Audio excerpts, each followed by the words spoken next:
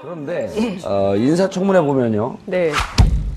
저는 총론으로 자유한국당 집권할 때 네. 그때 인사청문회 하면서 나왔던 결격 사유와 네. 지금과 아주 기계적으로 균형적으로 비교해야 되는 거 아니에요?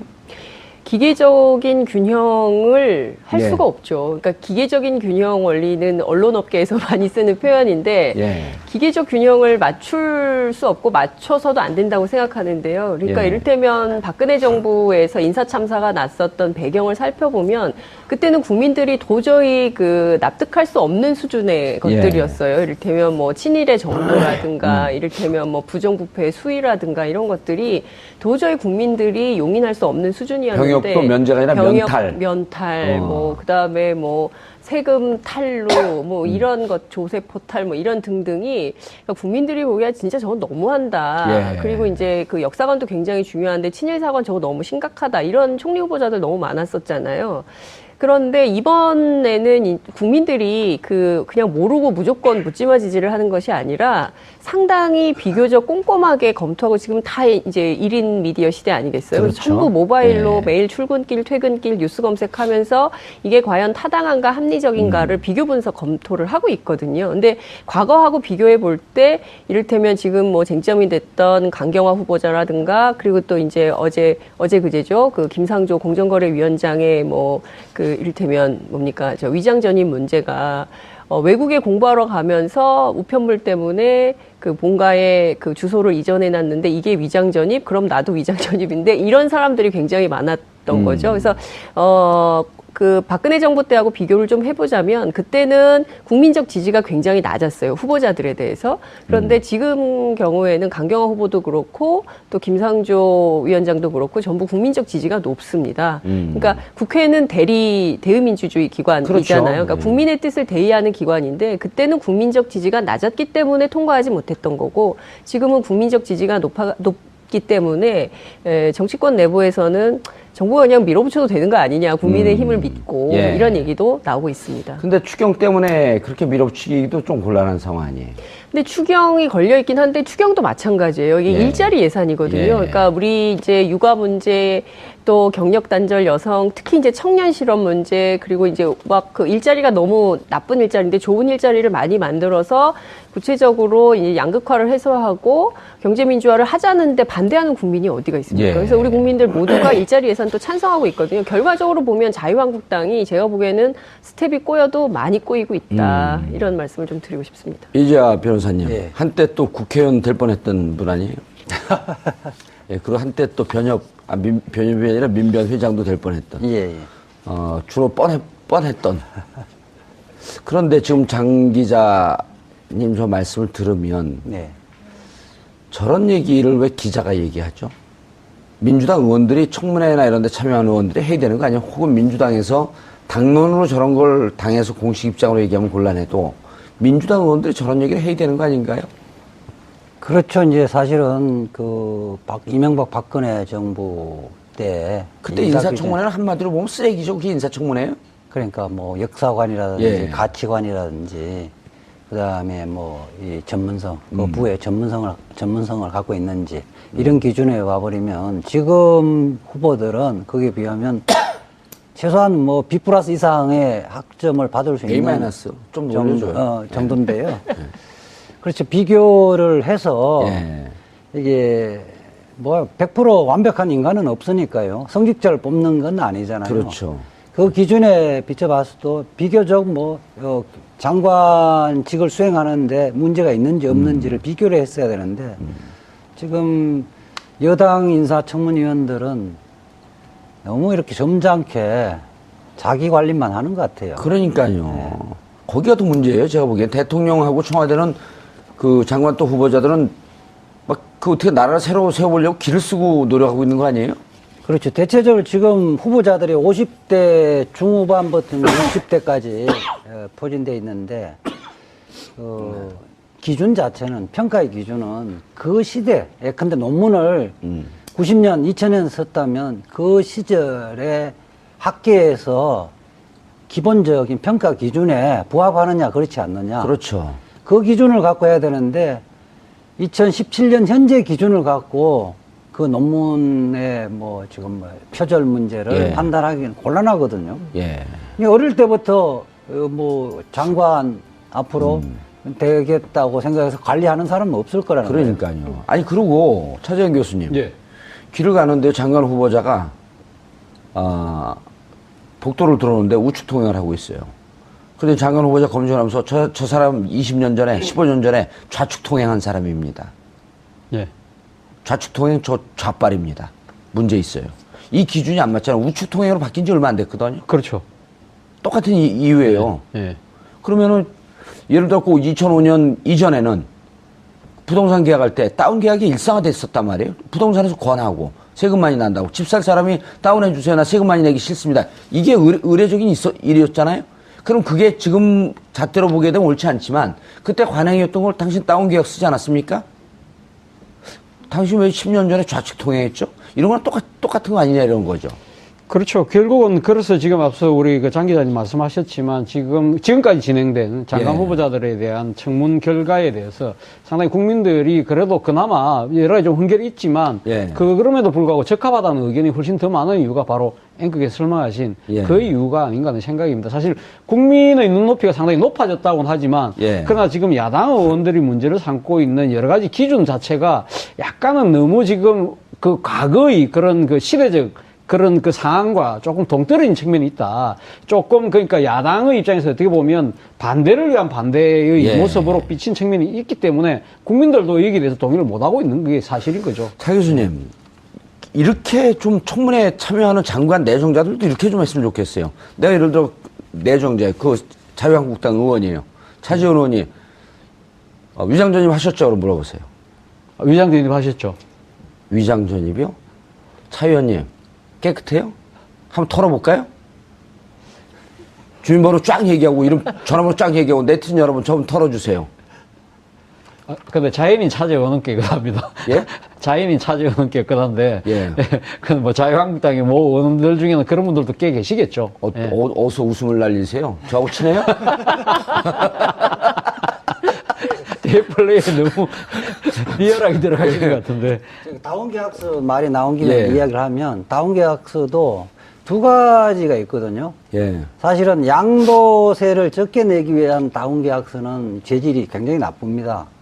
그런데 이제 처음에 집을 사면서 그때는 실제 거래 가격으로 신고해야 된다는 기준이 없었을 때 2006년 이전에는 그렇죠. 2006년 이전. 이전에는 이게 법무사한테 물어보면 그 표준 가격으로 신고를 통상적으로 합니다. 예. 하더라도 문제가 안 됩니다. 이렇게 해서 등록을 가격, 하거든요. 시가 이런 거 실제 거래된 게 아니고. 그리고 이해가 실질적으로 되네. 등록세, 예. 취득세는 얼마 안 되거든요. 예. 양도세가 중요한 것이 그런 중간에, 경우에는 대부분 처음 집 살 때는 대부분 법무사가 권유한 대로 했을 거예요. 예. 저도 그렇게 했었으니까. 오. 제가 아, 했다는 거를 합리화시키는 건 아니니까. 예. 저는 2002년도에 집을 샀을 텐데 아마 노무현 대통령 후반기에 이 기준을 마련했을 겁니다.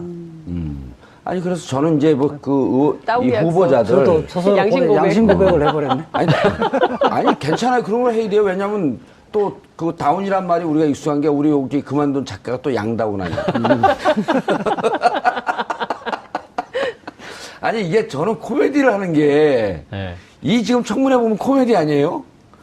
이게 불과 4년 전, 5년 전, 4년 전, 9년 전 이때 청문회 때 보면은요. 정말 지정을 해도 저렇게 지정을 한 그 후보를 무슨 장관을 앉혀놓고 무슨 위원장을 앉혀놓고 이랬단 말이에요. 국민들이 보면 TV를 안 봐요. 너무 심해갖고. 오늘 정우택 자유한국당 원내대표가 예. 기자 간담회를 하면서 하는 자료화면을 봤었는데요. 그런 말씀을 하시더라고요. 이렇게 막 임명할 것 같으면 왜 청문회 하라고 했느냐, 지금 물어 뜯으라고 던져놓고 하는 거 아니냐는 그런 말씀을 하시는데, 저는 그 생각이 들더라고요.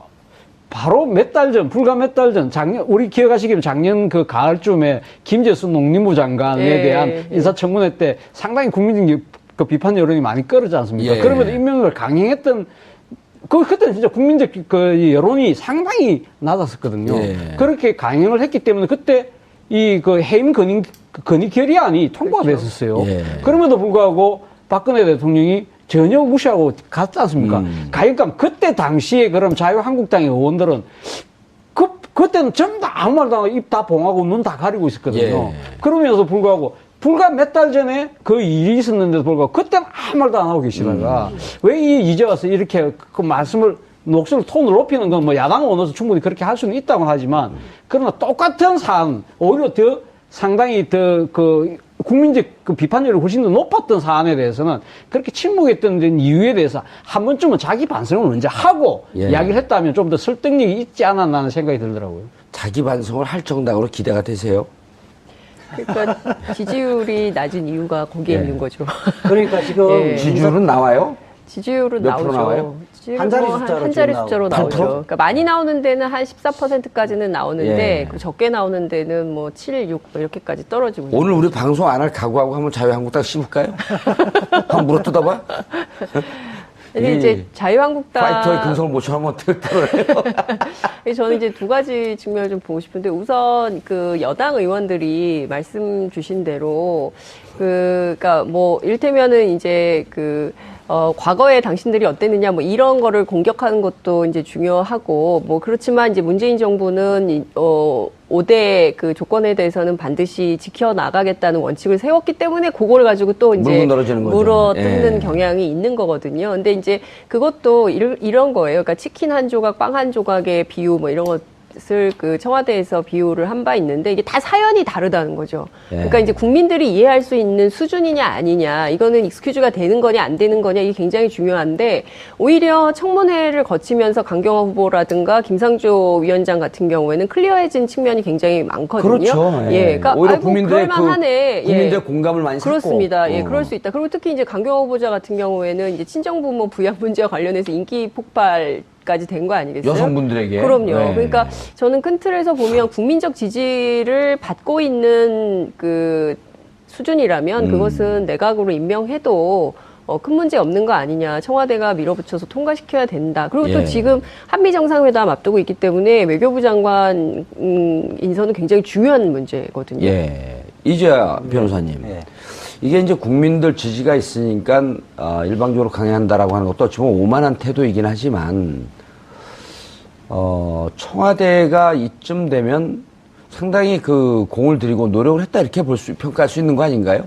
그렇죠. 그러니까 5대 인사 기준이라는 것은 우리가 이제 형식적 법치주의와 실질적 법치주의를 이야기를 하잖아요. 변호사였었군요. 예. 그러니까 5대 기준도 어쨌든 이제 뭐 위장 전입, 예. 위장 전입 자체가 문제가 아니라 위장 전입의 내용이 중요한 거잖아요. 부동산 투기를 목적으로 했다든지 자녀 그렇죠. 학교를 위해서 했다든지 예. 하면은 도덕적으로 좀 문제가 있는 거죠. 그래 더군다나 이제 우리 그 부동산 투기를 위해서 위장 전입하는 것 이게 대표적인 거죠. 그런데 위장 전입을 불가피한 그 사정으로 하는 경우에는 우리가 도덕적으로 비난하기엔 좀 어려운 그 사유도 많거든요. 그렇게 봤을 때 특히 강경화 후보 같은 경우는 국민의당까지 뭐 낙마를 반드시 낙마시켜야 된다고 보고 있는데 예. 지금 외교부 전직 장관들 11명. 11명이? 한 명 또 늘었어요? 반기문 외교장관까지 또 포함해서. 그리고 외교관계 쪽에서 뭐 일하는 대부분의 사람들이 지지를 하고 있잖아요. 예. 저는 오히려 강경화 그러니까. 후보가 이 말하자면 그 비주류 쪽이어서 그쪽에서도 오히려 좀 좀 부적절하다는 지적을 할 줄 알았는데 오히려 그쪽에서는 모두가 지금 환영하고 있거든요. 예. 특히 외교부 같은 경우는 주류 비주류 이런 그 굉장히 강하지. 편차 좀, L조식이 굉장히 편차 좀 강한데. 심하다 그러잖아요. 그럼에도 불구하고 아마 사상 유례가 없는 거죠. 사실상 전직 박근혜 정부 때 외교부 장관 외에 예. 전직 외교부 장관 거의 다 지금 지지를 하고 있거든요. 예. 이 변호사님. 예. 근데 그 명찰 똑바로 다르면 안 돼요? 일자리인데 좋은 일자리를 많이 만들어서 구체적으로 이제 양극화를 해소하고 경제민주화를 하자는데 반대하는 국민이 어디가 있습니까? 예. 그래서 우리 국민들 모두가 일자리 예산도 찬성하고 있거든요. 결과적으로 보면 자유한국당이 제가 보기에는 스텝이 꼬여도 많이 꼬이고 있다. 이런 말씀을 좀 드리고 싶습니다. 이재하 변호사님. 예. 한때 또 국회의원 될 뻔했던 분 아니에요? 예. 그리고 한때 또 변협이 아니라 민변 회장도 될 뻔했던. 예, 예. 주로 뻔했던. 그런데 지금 장 기자님 저 말씀을 들으면 네. 저런 얘기를 왜 기자가 얘기하죠? 민주당 의원들이 청문회나 이런 데 참여한 의원들이 해야 되는 거 아니야? 혹은 민주당에서 당론으로 저런 걸 당에서 공식 입장으로 얘기하면 곤란해도 민주당 의원들이 저런 얘기를 해야 되는 거 아닌가요? 그렇죠. 이제 사실은 이명박 박근혜 정부 때 그때 인사청문회는 한마디로 보면 쓰레기죠. 그게 인사청문회예요? 그러니까 뭐 역사관이라든지 예. 가치관이라든지 그다음에 뭐 이 전문성, 그 부의 전문성을 갖고 있는지 이런 기준에 와버리면 지금 후보들은 거기에 비하면 최소한 뭐 B+ 이상의 학점을 받을 수 있는 A- 좀 올려줘요. 정도인데요. 그렇죠. 비교를 그런데 인사청문회 보면요. 네. 저는 총론으로 자유한국당 집권할 때 네. 그때 인사청문회 하면서 나왔던 결격 사유와 네. 지금과 아주 기계적으로 균형적으로 비교해야 되는 거 아니에요? 기계적인 균형을 할 예. 수가 없죠. 그러니까 기계적인 균형 원리는 언론업계에서 많이 쓰는 표현인데 예. 기계적 균형을 맞출 수 없고 맞춰서도 안 된다고 생각하는데요. 그러니까 예. 이를테면 박근혜 정부에서 인사참사가 났었던 배경을 살펴보면 그때는 국민들이 도저히 납득할 수 없는 수준의 것들이었어요. 이를테면 뭐 친일의 정도라든가 이를테면 뭐 부정부패의 수위라든가 이런 것들이 도저히 국민들이 용인할 수 없는 수준이었는데 병역도 면제가 아니라 면탈. 뭐 그다음에 뭐 세금 탈루 뭐 이런 것 조세 포탈 뭐 이런 등등이 그러니까 국민들이 보기에 진짜 저건 너무한다. 예. 그리고 이제 그 역사관도 굉장히 중요한데 친일 사관 저거 너무 심각하다. 이런 총리 후보자들 너무 많았었잖아요. 그런데 이번에는 국민들이 그냥 모르고 무조건 묻지마지지를 하는 것이 아니라 상당히 비교적 꼼꼼하게 검토하고 지금 다 이제 1인 미디어 시대 아니겠어요? 그렇죠. 전부 모바일로 예. 매일 출근길 퇴근. 근데 장관 후보자가 복도를 들어오는데 우측 통행을 하고 있어요. 그런데 장관 후보자 검증을 하면서 저 사람 20년 전에 15년 전에 좌측 통행한 사람입니다. 예. 좌측 통행 저 좌빨입니다. 문제 있어요. 이 기준이 안 맞잖아요. 우측 통행으로 바뀐 지 얼마 안 됐거든요. 그렇죠. 똑같은 이유예요. 예. 그러면은 예를 들어 2005년 이전에는 부동산 계약할 때 다운 계약이 일상화됐었단 말이에요. 부동산에서 권하고 세금 많이 난다고 집 살 사람이 다운해 주세요. 나 세금 많이 내기 싫습니다. 이게 의례적인 일이었잖아요. 그럼 그게 지금 잣대로 보게 되면 옳지 않지만 그때 관행이었던 걸 당신 다운 계약 쓰지 않았습니까? 당신 왜 10년 전에 좌측 통행했죠? 이런 거랑 똑같은 거 아니냐 이런 거죠. 그렇죠. 결국은 그래서 지금 앞서 우리 장 기자님 말씀하셨지만 지금까지 진행된 장관 예. 후보자들에 대한 청문 결과에 대해서 상당히 국민들이 그래도 그나마 여러 가지 좀 훈결이 있지만 예. 그럼에도 불구하고 적합하다는 의견이 훨씬 더 많은 이유가 바로 앵커께서 설명하신 예. 그 이유가 아닌가 하는 생각입니다. 사실 국민의 눈높이가 상당히 높아졌다고는 하지만 예. 그러나 지금 야당 의원들이 문제를 삼고 있는 여러 가지 기준 자체가 약간은 너무 지금 과거의 그런 시대적 그런 상황과 조금 동떨어진 측면이 있다. 뉴스 검색하면서 이게 과연 타당한가 합리적인가를 비교 분석 검토를 하고 있거든요. 근데 과거하고 비교해 볼 때 이를테면 지금 뭐 쟁점이 됐던 강경화 후보자라든가 그리고 또 이제 어제 그제죠. 김상조 공정거래위원장의 이를테면 뭡니까? 위장 전입 문제가 외국에 공부하러 가면서 우편물 때문에 본가에 주소를 이전해 놨는데 이게 위장 전입? 그럼 나도 위장 전입인데 이런 사람들이 굉장히 많았던 거죠. 그래서 박근혜 정부 때하고 비교를 좀 해보자면 그때는 국민적 지지가 굉장히 낮았어요. 후보자들에 대해서. 그런데 지금 경우에는 강경화 후보도 그렇고 또 김상조 위원장도 그렇고 전부 국민적 지지가 높습니다. 그러니까 국회는 대의민주주의 기관이잖아요. 그렇죠. 그러니까 국민의 뜻을 대의하는 기관인데 그때는 국민적 지지가 낮았기 때문에 통과하지 못했던 거고 지금은 국민적 지지가 높기 때문에 정치권 내부에서는 정부가 그냥 밀어붙여도 되는 거 아니냐. 국민의 힘을 믿고 예. 이런 얘기도 나오고 있습니다. 근데 추경 때문에 그렇게 밀어붙이기도 좀 곤란한 상황 아니에요? 근데 추경이 걸려있긴 한데 추경도 마찬가지예요. 이게 예. 일자리 예산이거든요. 예. 그러니까 우리 이제 육아 문제 또 경력 단절 여성 특히 이제 청년 실업 문제 그리고 이제 일자리가 너무 나쁜 해서 예. 이게 100% 완벽한 인간은 없으니까요. 성직자를 뽑는 건 아니잖아요. 그렇죠. 그 기준에 비춰봤을 때 비교적 장관직을 수행하는데 문제가 있는지 없는지를 비교를 했어야 되는데 지금 여당 인사청문위원들은 너무 이렇게 점잖게 자기 관리만 하는 것 같아요. 그러니까요. 거기가 더 문제예요. 제가 보기엔 대통령하고 청와대는 그 장관 또 후보자들은 막 그 어떻게 나라를 새로 세워보려고 길을 쓰고 노력하고 있는 거 아니에요? 그렇죠. 대체적으로 지금 후보자들이 50대 중후반부터 60대까지 포진돼 있는데 기준 자체는 평가의 기준은 그 시대 예컨대 논문을 90년, 2000년 썼다면 그 시절에 학계에서 기본적인 평가 기준에 부합하느냐 그렇지 않느냐. 그렇죠. 그 기준을 갖고 해야 되는데 2017년 현재 기준을 갖고 그 논문의 뭐 지금 뭐 표절 문제를 예. 판단하기는 곤란하거든요. 예. 어릴 때부터 뭐 장관 앞으로 되겠다고 생각해서 관리하는 사람은 없을 거라는 거예요. 그러니까요. 아니, 그리고 차재현 교수님. 예. 길을 가는